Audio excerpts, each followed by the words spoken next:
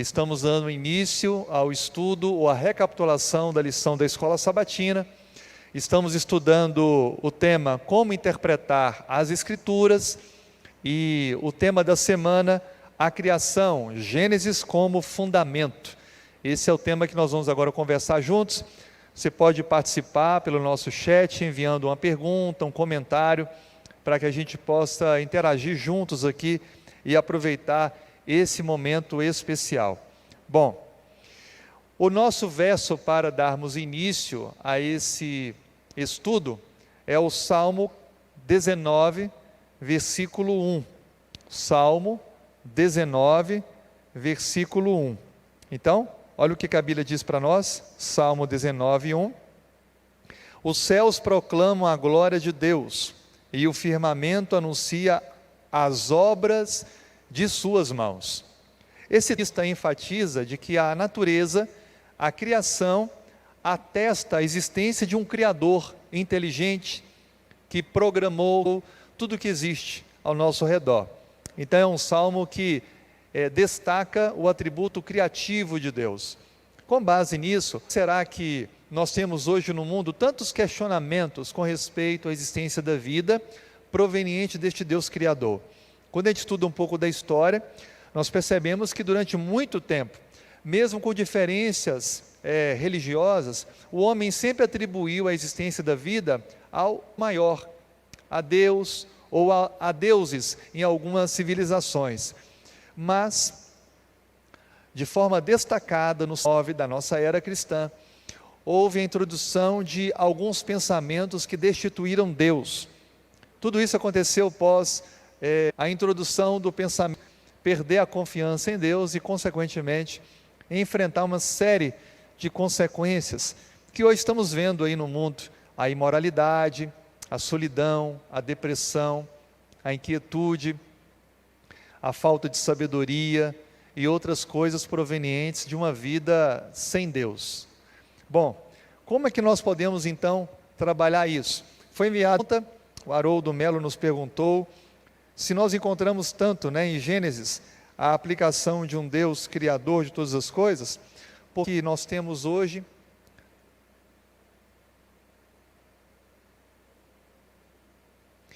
tantos questionamentos da existência de Deus. Por que será?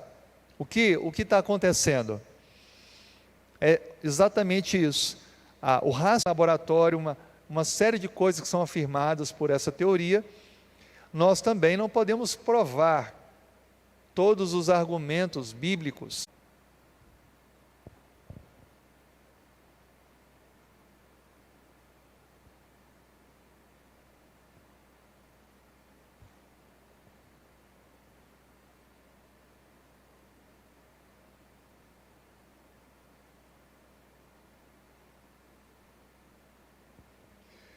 Ok, nós voltamos, desculpa mais uma vez aí os problemas da internet.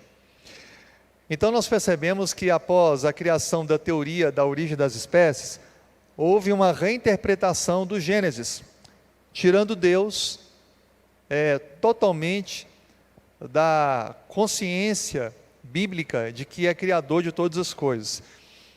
Então nós vamos agora avançar no nosso estudo, seguindo aqui o nosso guia de estudos, trabalhando alguns tópicos que podem nos ajudar na compreensão melhor desse tema. Você pode continuar enviando sua pergunta. Obrigado aí pela presença da Elisângela, da Andresa, da Lília, do Alípio, da Lúcia Sherman, da Thelminha, da Adelice, do Haroldo Melo, que inclusive menciona aqui como as teorias primitivas da criação e do dilúvio têm impactado a sociedade hoje em dia.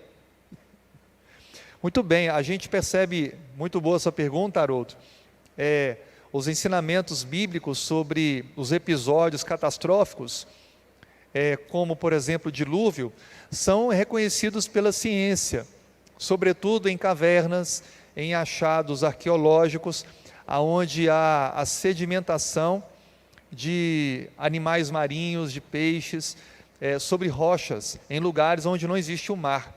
Então, o que leva a crermos que, de fato, o que aconteceu foi exatamente uma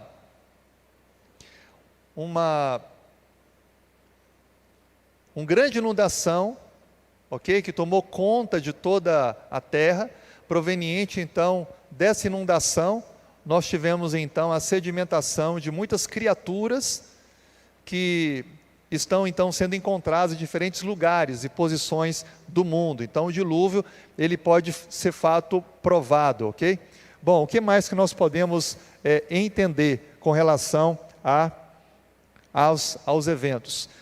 Nós temos a confirmação de datas, nós temos a confirmação de nomes que são achados em diferentes culturas e civilizações, evidenciando assim de fato que o relato bíblico ele é verdadeiro. Mais alguma pergunta aqui mencionada? Deixa eu ver se alguém mandou. A gente vai seguindo aqui. Se você quiser, você pode participar ou fazer algum comentário.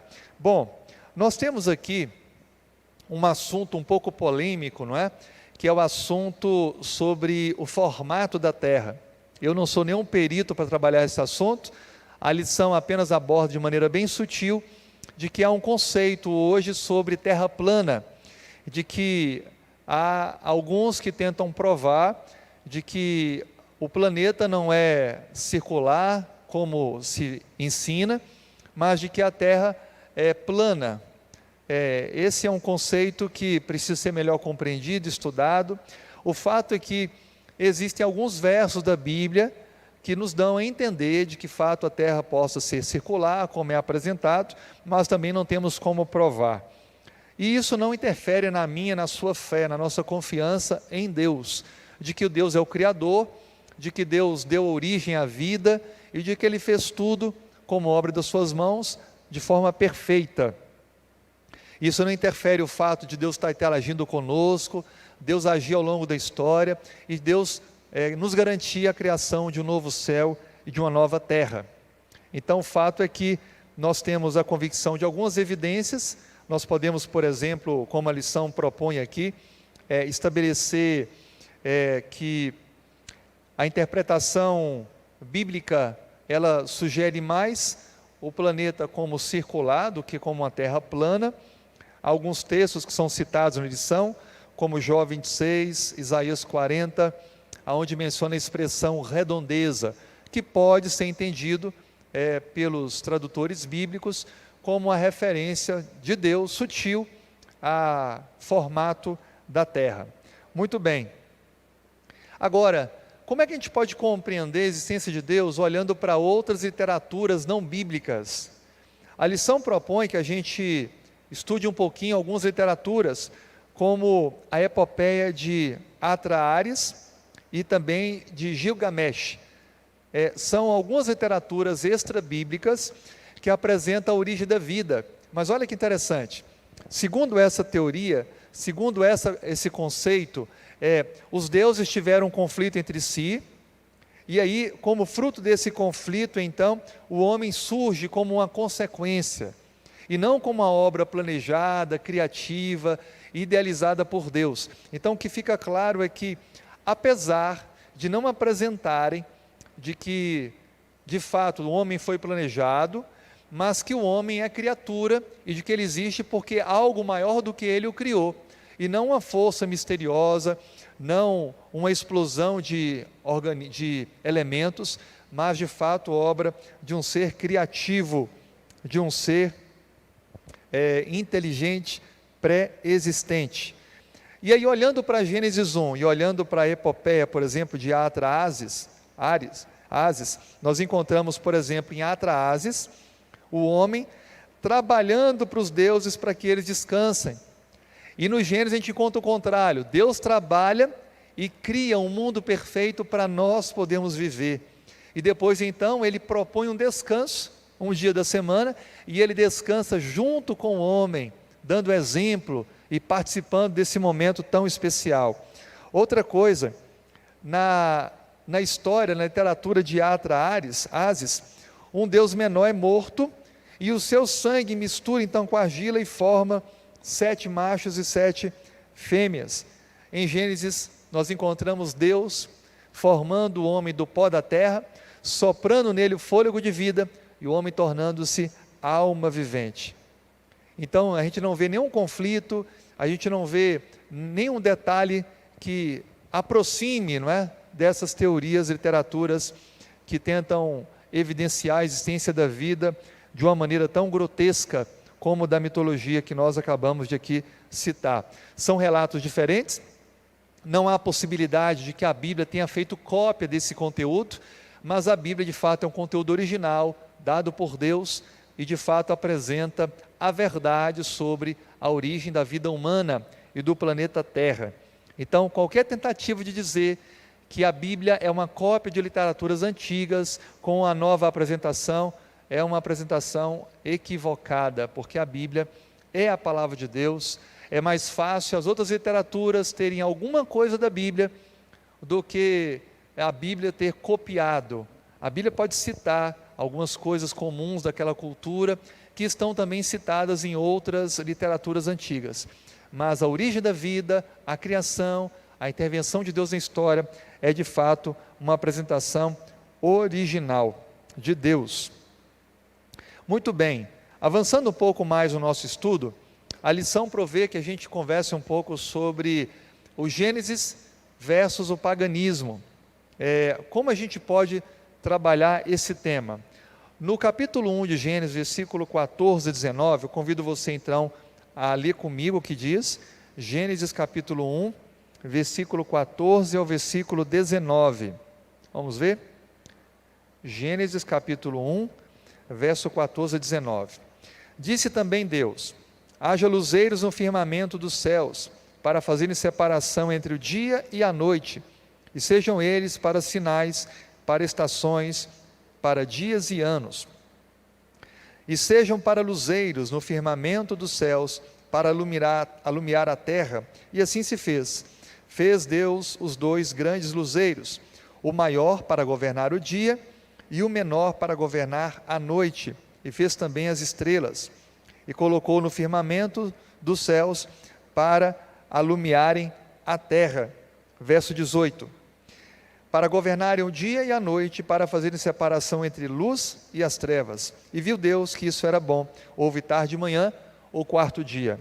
Bom, com base nesse texto que acabamos de ler, a lição nos faz uma pergunta: como é que a gente pode olhar para esse texto e ver a descrição aí daquilo que surgiu, não é, das grandes entidades que apareceram no quarto dia com as suas funções?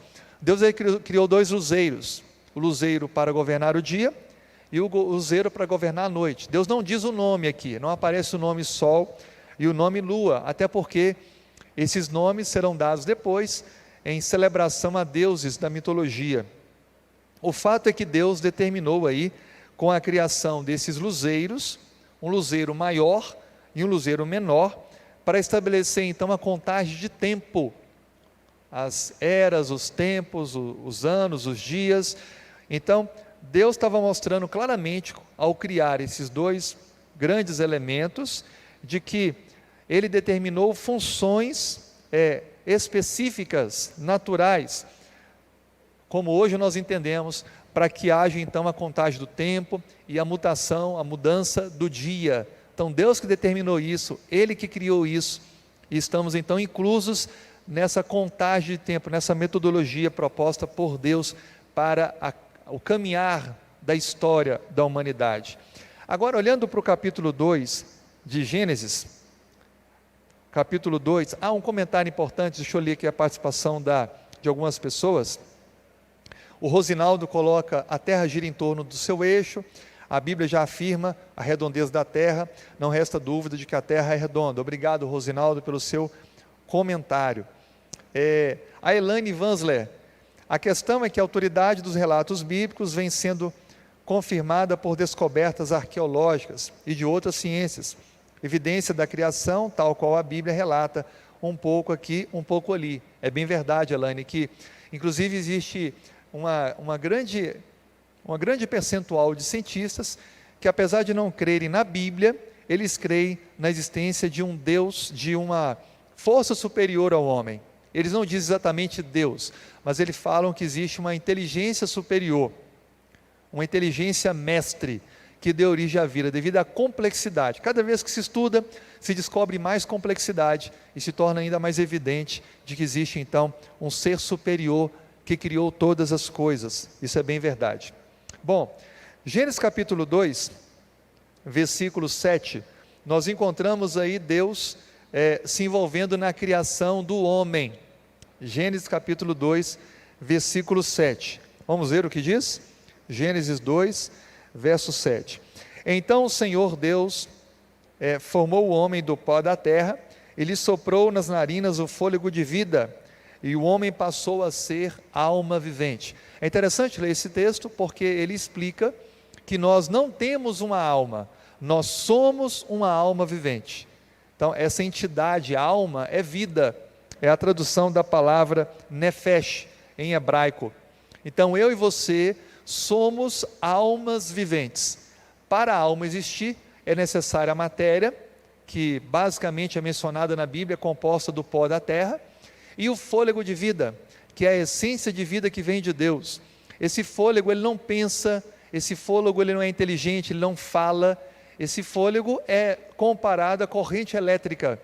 A matéria junta-se com o fôlego e forma o que eu e você somos agora, almas viventes. Então, nós não possuímos uma alma, mas nós somos uma alma vivente. Então, essa compreensão ela é muito importante, porque o homem ele é o clímax da criação. Deus criou todas as criaturas, Ele criou os grandes luzeiros, Deus criou os animais, as suas variedades, e Deus então cria a humanidade, a mim e a você, de maneira inteligente, de maneira complexa, para que nós possamos então agora desfrutar da criação. Olha que coisa fantástica, não é?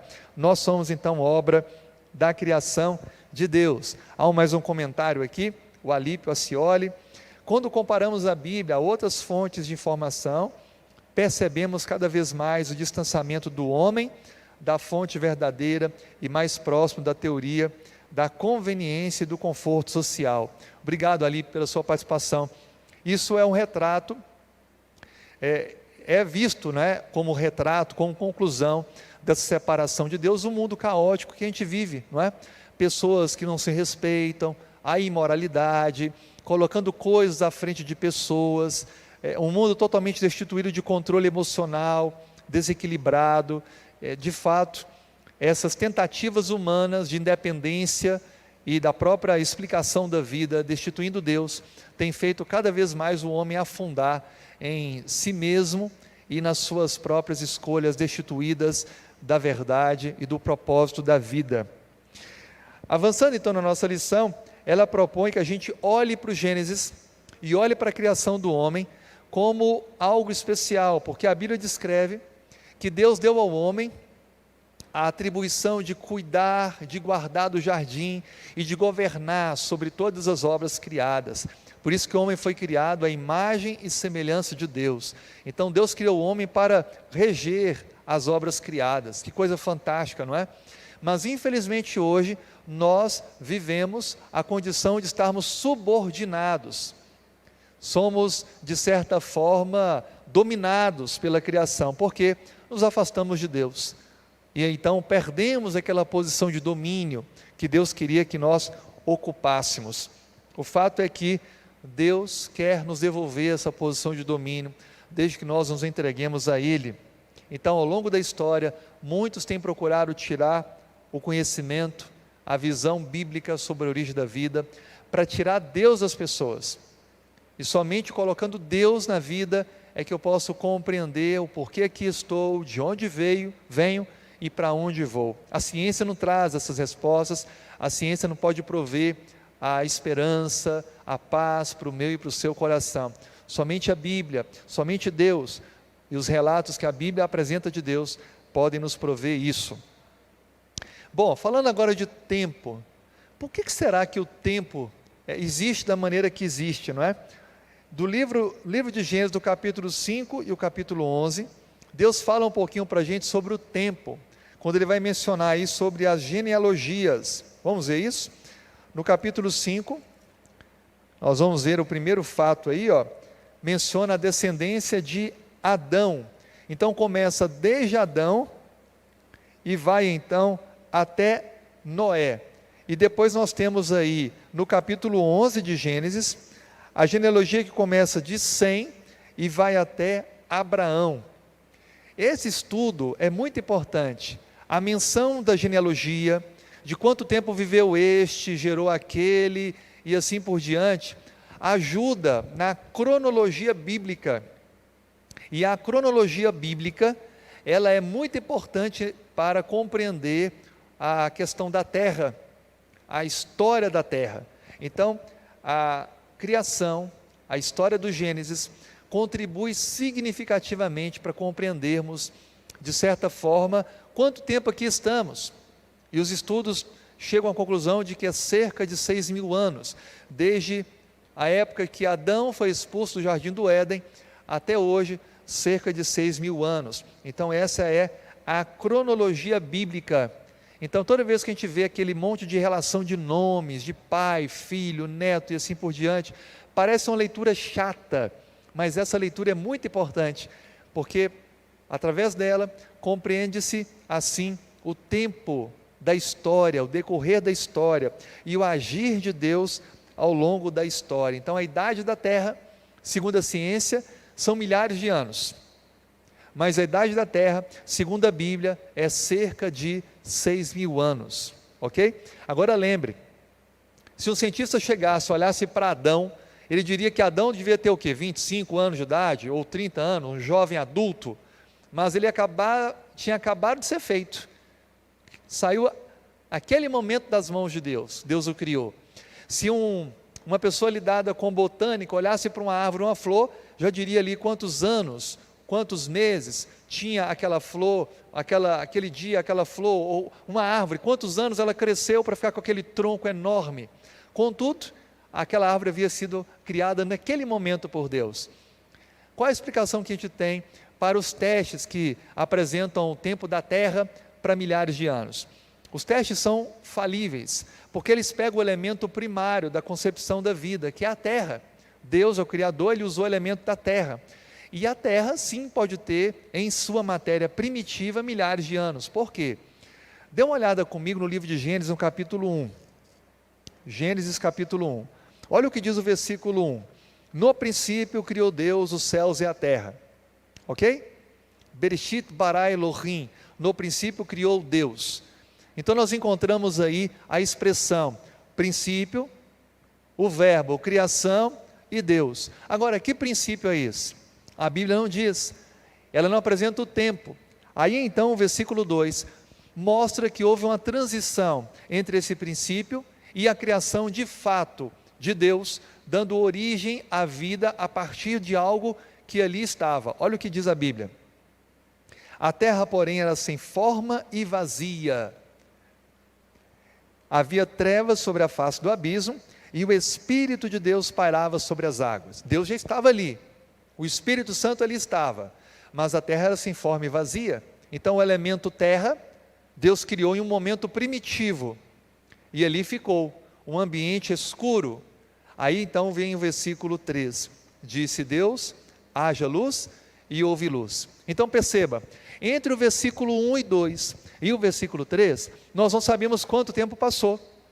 É como se Deus estivesse criando o universo, e aí ele vai então criando os planetas, os espaços, e depois então ele vai dando vida, ele vai então organizando, e então adicionando elementos. Então essa explicação é uma explicação encontrada na Sociedade Criacionista Brasileira. Você pode acessar esse site, e você vai encontrar, dentre outras literaturas, muitas que abordam essa explicação do porquê existe uma discrepância nos testes apresentados sobre a origem da vida, lembrando assim que houve uma lacuna temporal entre Gênesis 1 e 2 e Gênesis 1, 3, ok?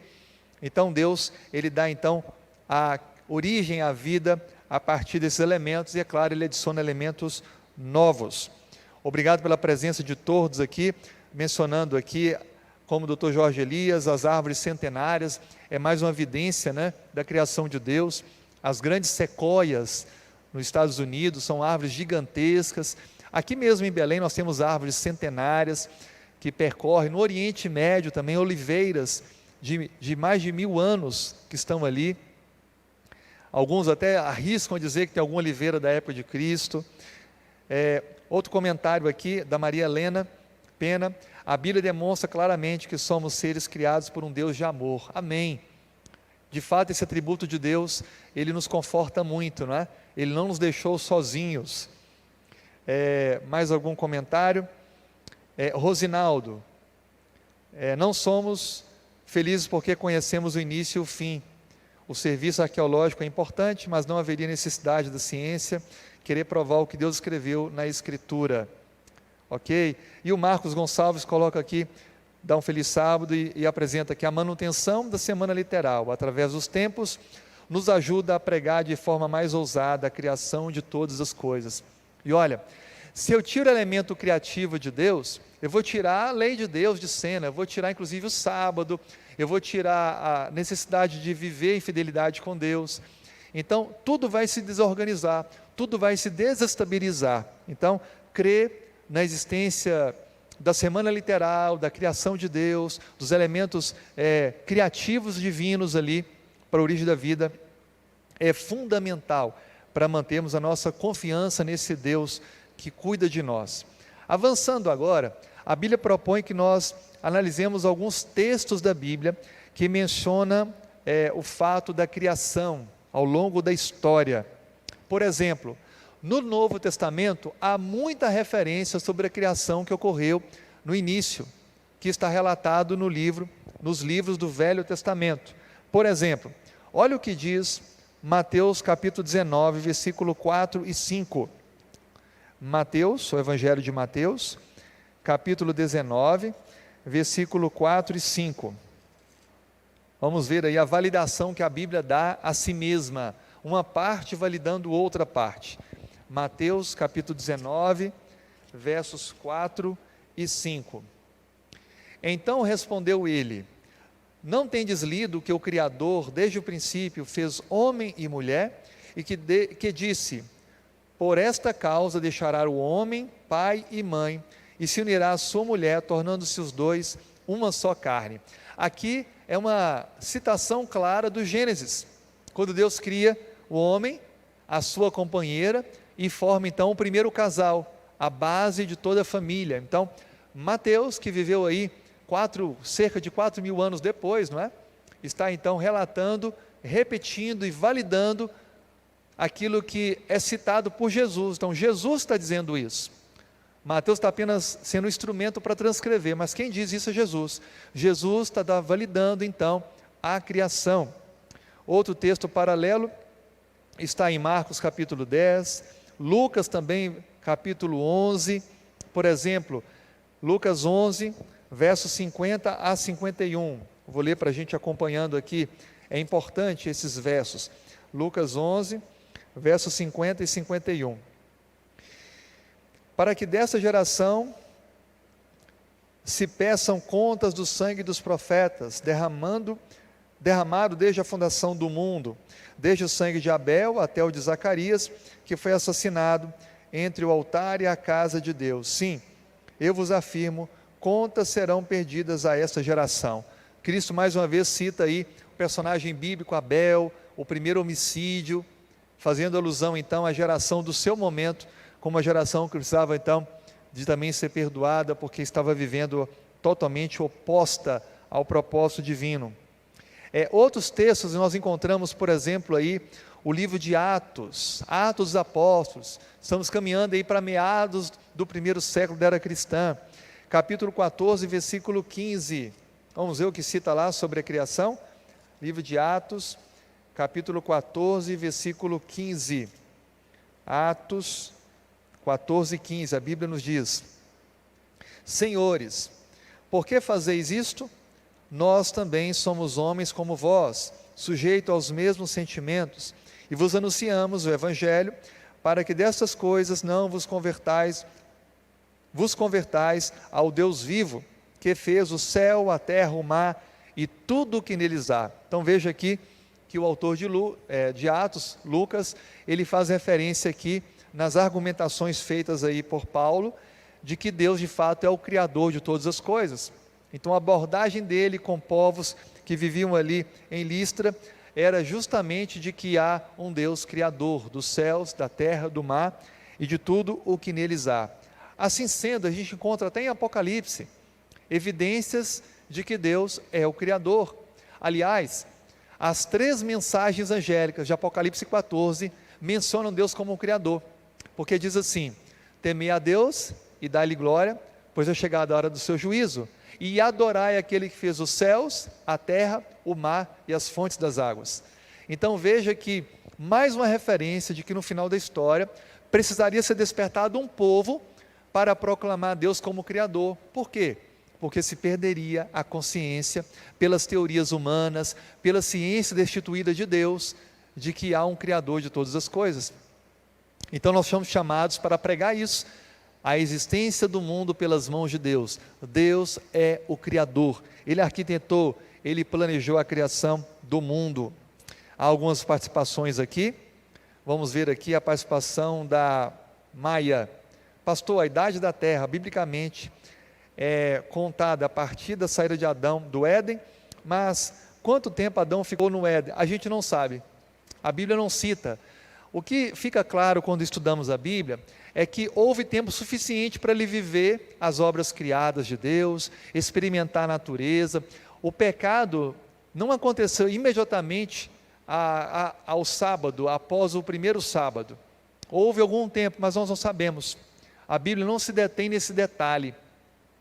Então houve algum momento que o casal se distanciou nos seus afazeres do dia, Eva ficou distante de Adão, aproximou-se da árvore que não deveria, dialogou com a serpente, caiu no erro, comeu do fruto, levou para o seu marido, ele comeu e ambos então desobedeceram a Deus e então foram separados, tiveram que ser expulsos e enfrentar agora a consequência que trouxe ao mundo todo, a morte e a separação de Deus. Mas ainda bem que nós temos um Deus que já tinha previsto tudo isso, estabelecido um plano de salvação. Então, nós não sabemos exato quanto tempo, dificilmente poderíamos arriscar isso, porque a evidência bíblica não nos favorece a definir esse tempo. Mais algum comentário aqui? O Christian Megalha, ele apresenta aqui que Flávio Josefo, em seu livro História dos Hebreus, fala que o nome Adão significa ruivo, para lembrar que a cor ruiva vem a referência do barro. Na verdade é isso mesmo, o nome Adam em hebraico quer dizer isso, vermelho, ok? Então é bem provável que a cor da pele de Adão era uma cor avermelhada, né? Como é mencionado aqui, ruivo, e daquela primeira espécie se desenvolveu então as diferentes cores raciais que nós conhecemos hoje. A Maria Helena faz mais um comentário. Hoje o dia em 24 horas, tarde e manhã, ou seja, 12 horas cada período, é uma evidência inequívoca da veracidade bíblica, de fato. Ninguém consegue mudar isso, não é? Tarde e manhã, primeiro dia, tarde e manhã, segundo dia. Então o dia começa com o pôr do sol, que é chamado de tarde na Bíblia, e continua com a manhã, que é o nascer do sol, então 24 horas. Um comentário também aqui do Marcílio: e o maior privilégio é que fomos criados em imagem e semelhança do Criador, e com as suas próprias mãos. Toda honra e glória seja dado ao grande eu sou. Amém, amém, Deus seja louvado por isso. A Leonildes Freitas, ela diz, é necessário essas explicações para que todos creiam que só existe um Criador e mantenedor de tudo. Amém, Léo, é isso mesmo. Um comentário agora do Rosinaldo Leite.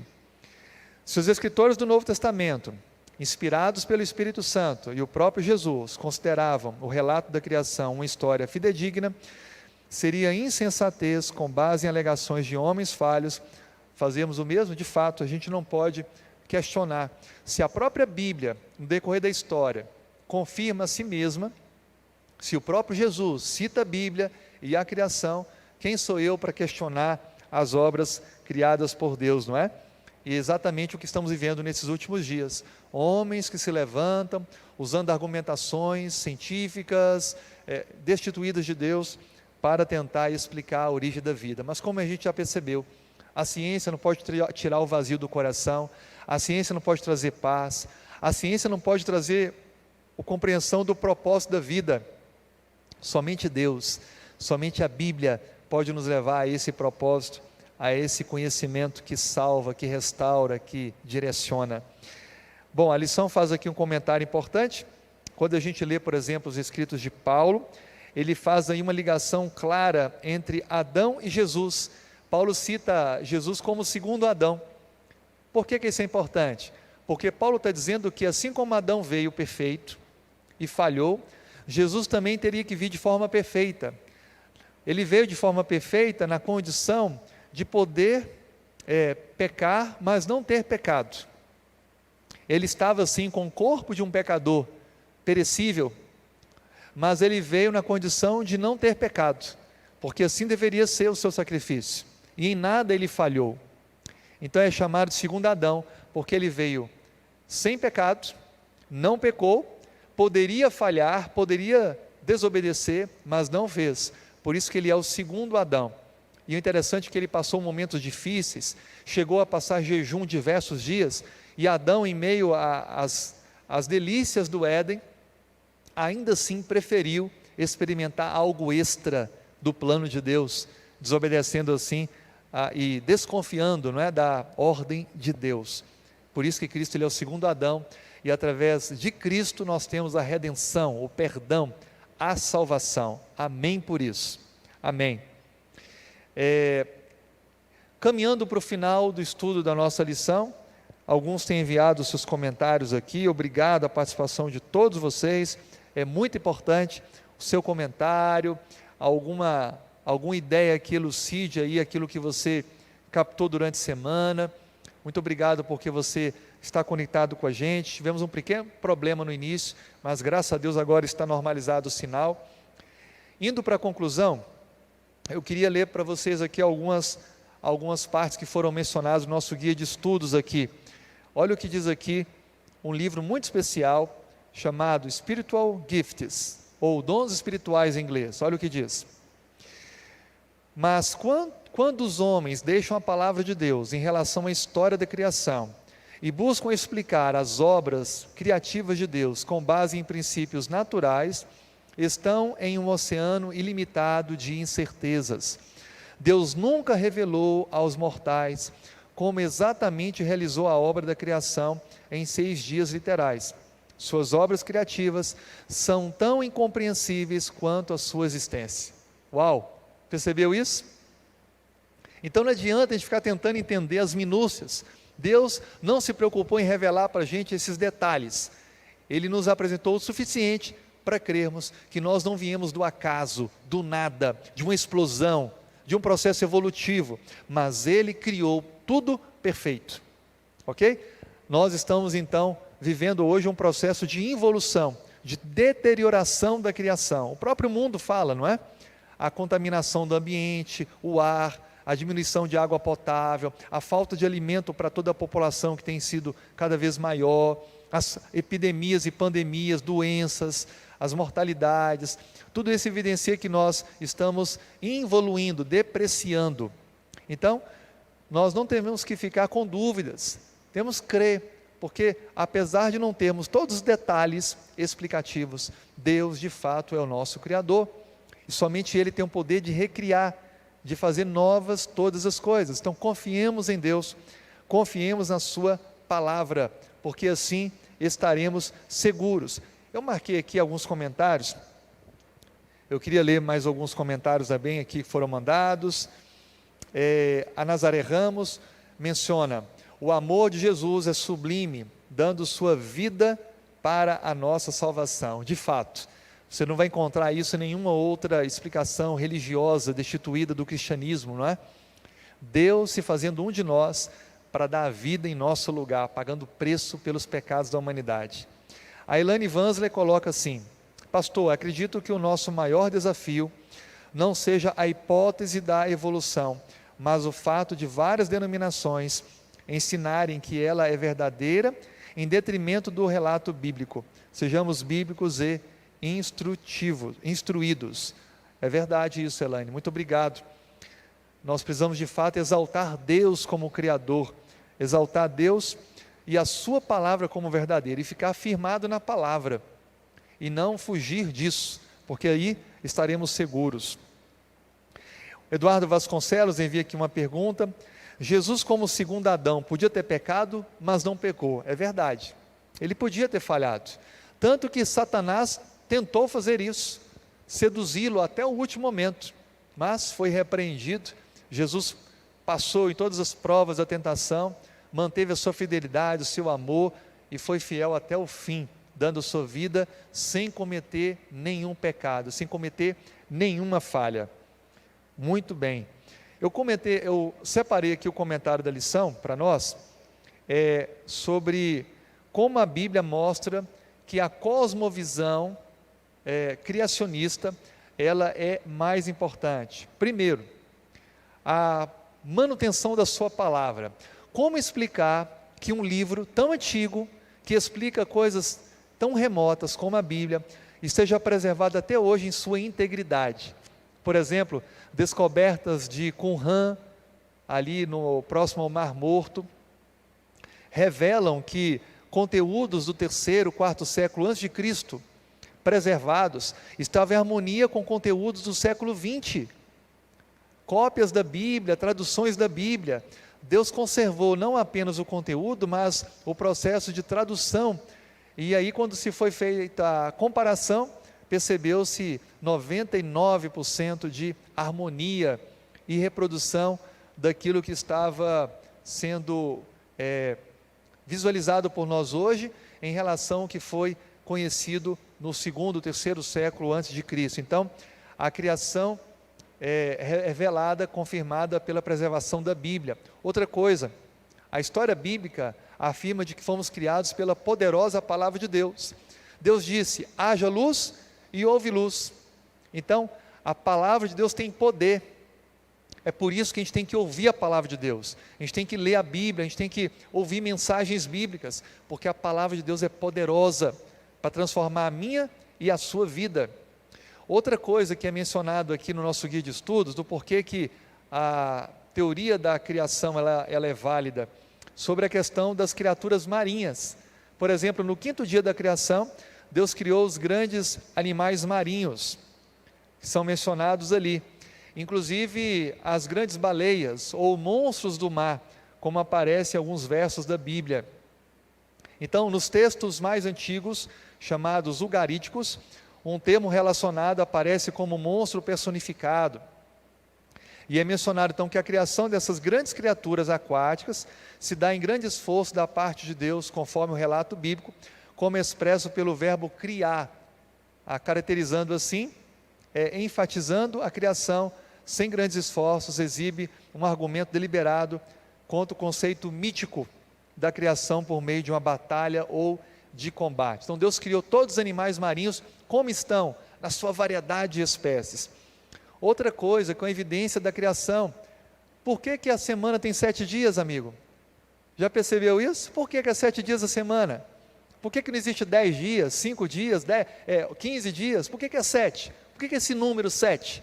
Porque Deus criou o mundo em 6 dias e ao 7º descansou. E junto com a criação ele estava criando também o tempo. Então é importante a gente notar que a semana que conhecemos hoje, ela é confirmada pela semana literal de Gênesis 1, e evidencia sim, de fato o relato bíblico ele é verdadeiro, ok? Está diante dos nossos olhos. Outra coisa importante, que é mencionado em Gênesis, é a questão de um Deus transcendente, um Deus acima da humanidade, mas que interage com a humanidade, que é imanente, está ali junto com a humanidade. Então o relato da criação mostra Deus pré-existente, antes da criação, aí ele vem, cria, e ele se inclina para formar o homem do pó da terra. Olha que coisa linda, ele interage ali nos elementos criados, para formar então sua obra-prima, e depois então ele vai interagindo na vida das suas criaturas, até então que a encarnação de Cristo é um clímax da interação de Deus com a humanidade, onde o Emanuel, o Deus conosco, revelou verdadeiramente quem é o Pai. Amém por isso, não é? Então, nós temos muitas evidências de que de fato Deus é o Criador de todas as coisas. Para concluir então o nosso estudo, e podemos então fechar esse tema, há algumas questões aqui para para deixarmos, que são aplicações para a nossa vida. Por que então que é tão importante para nós cristãos entendermos que fomos criados em um mundo perfeito, sem pecado, numa época em que a morte não existia? Por quê? Porque isso evidencia de que se Deus nos criou perfeitos, se Deus nos criou sem o sofrimento, é porque Ele tem o poder para criar novas todas as coisas. E o caos que vivemos é uma prova do mundo distante de Deus. A segunda questão: uma teoria evolucionista de milhões de anos, de morte para a origem das espécies, em um holocausto de dor, oferece alguma esperança para o futuro? Quando você olha para a teoria das espécies, olha, esse animal gerou esse, aquele, isso traz alguma paz para você? Dá algum sentido para a sua existência? Para a minha vida não dá. Não dá nenhuma resposta para o propósito da minha vida. Por isso, é melhor ficar com o relato da criação e existência de um Deus. E a última questão: como o ensino da Bíblia sobre a vida e a morte é completamente diferente do que ensinam outras grandes religiões do mundo. Para terminar, a gente percebeu isso. Quando Deus faz o homem do pó da terra e sopra nele o fôlego de vida, o homem se torna alma vivente. Então, biblicamente, nós somos almas viventes. Ou seja, o homem não é imortal, o homem não vive, a não ser que tenha os dois elementos: a matéria, o pó da terra, e o sopro, o fôlego de vida de Deus. Por isso que nós somos totalmente dependentes de Deus. Crer é diferente, mesmo que se fale de Cristo, pregue a Bíblia, mas não ensine essa verdade, está diferente do propósito de Deus.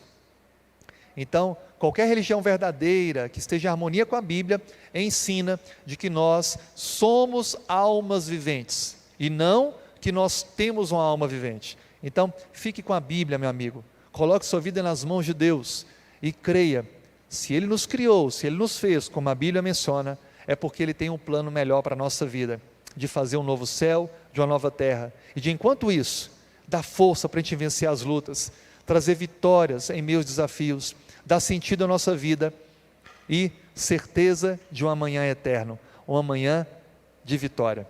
Talvez esteja passando por lutas e provas, e eu queria concluir fazendo uma oração com você, agradecendo por você ter estado conosco, ter participado desse nosso estudo. Vamos estar na semana que vem novamente aqui para estudar a Bíblia. Estaremos postando aí novidades no nosso site sobre como vai ser para assistir os próximos cultos. Temos algumas mudanças, algumas flexibilizações que ainda vão ser estudadas de maneira gradual, mas queremos que você continue aí, por enquanto, em sua casa, conectado com a gente, adorando o nome de Deus, firme no propósito, exercendo sua fidelidade e acreditando que tudo isso que nós passamos, estamos ainda passando, só aumentou a nossa fé em Deus, só aumentou a nossa comunhão com Deus. Jesus está voltando, e esse evento que passamos hoje, só evidencia que está bem pertinho desse dia. Amém? Eu creio nisso. Que bom que você crê também. Então, se você puder, feche os olhos e vamos falar com Deus. Senhor, muito obrigado por esse momento em que fortalecemos a fé na criação do mundo como obra das suas mãos. Obrigado pelo Gênesis, o livro que nos mostra a origem da vida. Obrigado porque Tu, Senhor, és antes do Gênesis. Tu não tens início, és perfeito, és supremo, é maior, é transcendente. Mas obrigado, porque o Senhor se fez um de nós. O Senhor interagiu na história, interage hoje, e de maneira singular, se fez um de nós. O segundo Adão, Jesus Cristo, que em nada falhou, em nada errou, para dar a vida por nós, pagando o preço pelos nossos pecados. Senhor, queremos estabelecer uma aliança contigo, reconhecendo o Teu amor, a Tua fidelidade, entregando a nossa vida, o nosso coração. Que o Espírito Santo faça morada em nós, e que possamos experimentar a cada dia uma dependência do Senhor, uma dependência que nos faz seguir a Tua palavra, seguir a verdade, e viver, apesar dos momentos difíceis, com otimismo, com esperança, porque o Senhor nos prometeu um novo céu e uma nova terra. Venha, ó Pai, responder aos pedidos do coração de cada pessoa. que está conosco agora. Traga, ó Pai, respostas, atuação sobrenatural. Traga, ó Pai, paz, conforto, o aumento da fé. É o que te pedimos juntos, oramos juntos, em nome de Jesus. Amém.